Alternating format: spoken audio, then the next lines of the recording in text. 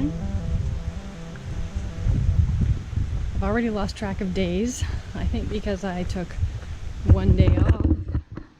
Just kind of threw me off, but I think this is day 9 of the trip. Is it? Day 8 of hiking? I just did a 4-ish kilometer road walk and it's been very windy, so I was waiting to get into the forest. Yesterday was a shit show.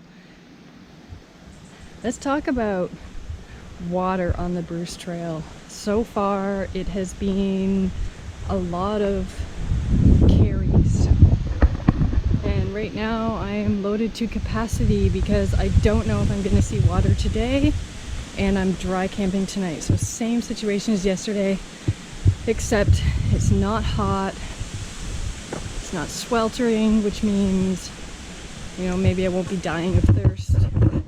And it turns out once I did get to that water source I've been trying to get to yesterday, I passed by it this morning, it was, I don't know if it was dried up or if it was mostly just bog, which bogs are difficult to physically get to access the water like by hand. So my pack is really heavy and my shoulders are killing me. Starting to think that frameless packs with shoulder problems, not a good idea. I don't know if this video is going to be super windy, and that shit drives me crazy when I'm watching other people's videos, so I may just stop this.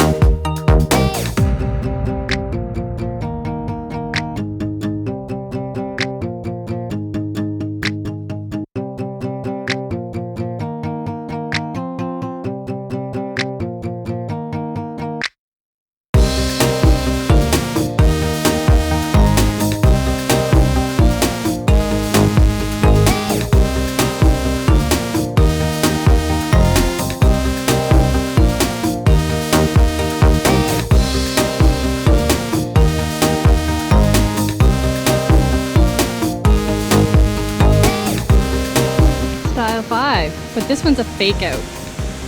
Joke's on it. Style 6.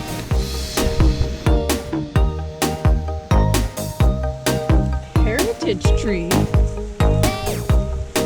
Okay.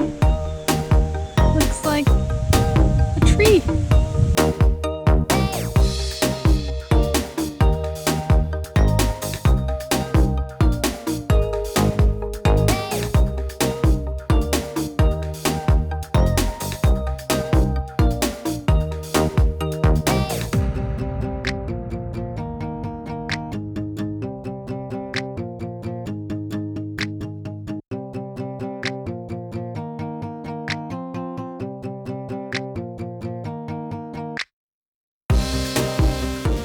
Yowzers.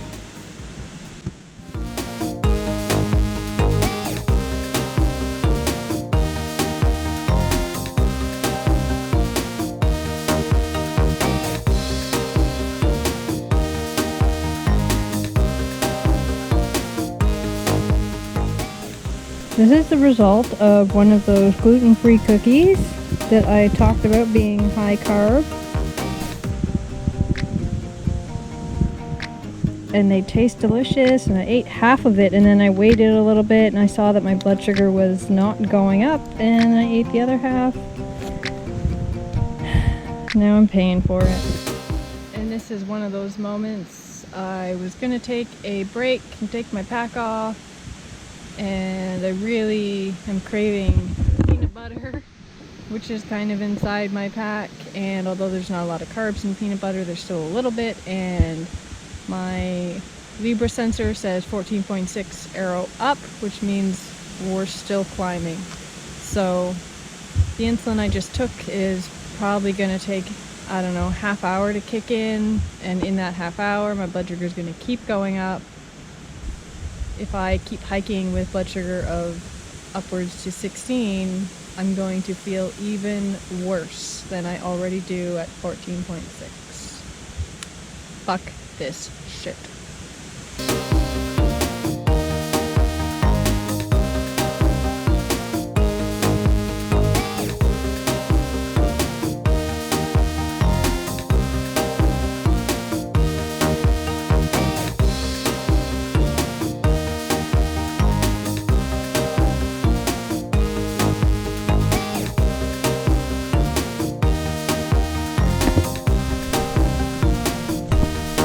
This is where I'm staying tonight. It's one of the few overnight rest areas where you're allowed to camp.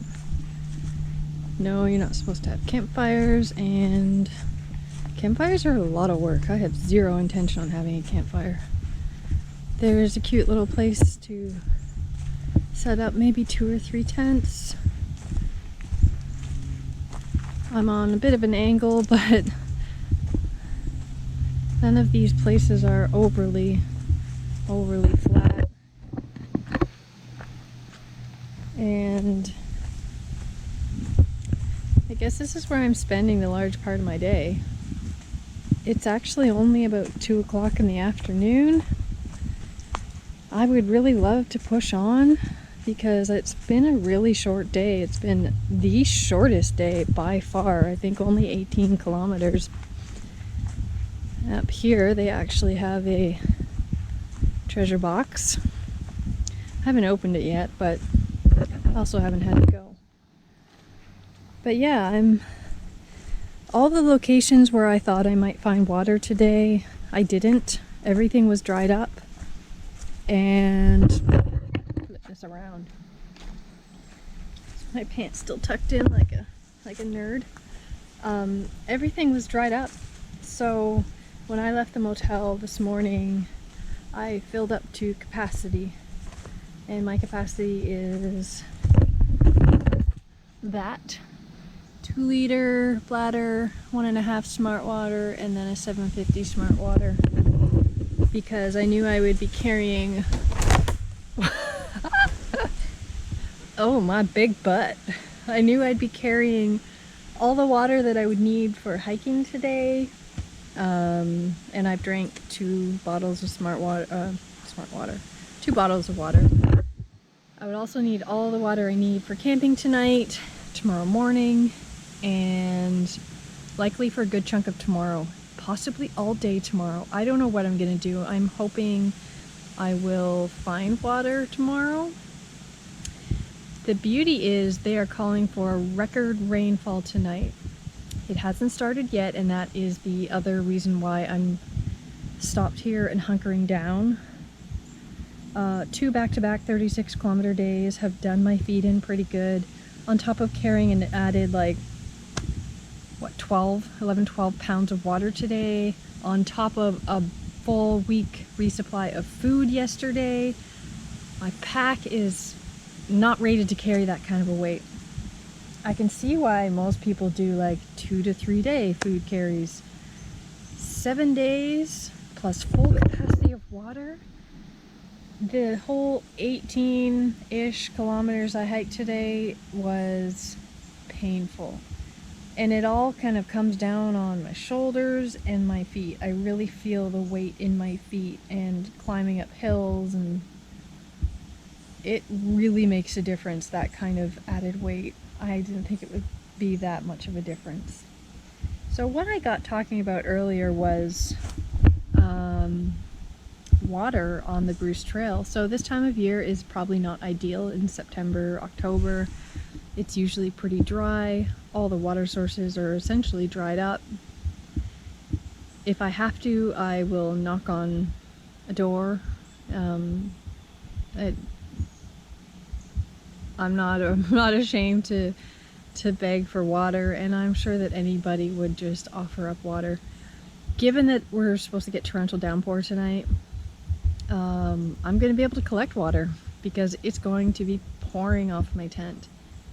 I'm hoping that we actually end up getting it, otherwise I'm going to regret A, carrying all this water, and B, setting up so damn early because I am going to be bored. There's only so much you can do, and using all the power on my cell phone is not ideal because I only have so many charges before it goes kaput, and right now I am tomorrow I should be hitting Owen Sound, and then the following night I believe I'm going to be staying at the KOA. I should really call and see if they have a campsite. Not that they won't. What was I saying? Yeah, water's hard. I didn't expect it to be this hard.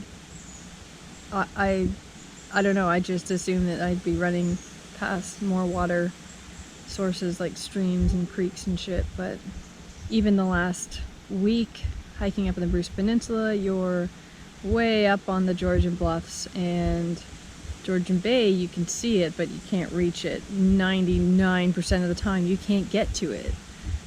So there's very few opportunities to fill up, and I'm finding myself having to carry more and more weight in water. Water is life. Water is coffee, and that's what I'm about to make, because what else am I going to do with my day? Drink coffee.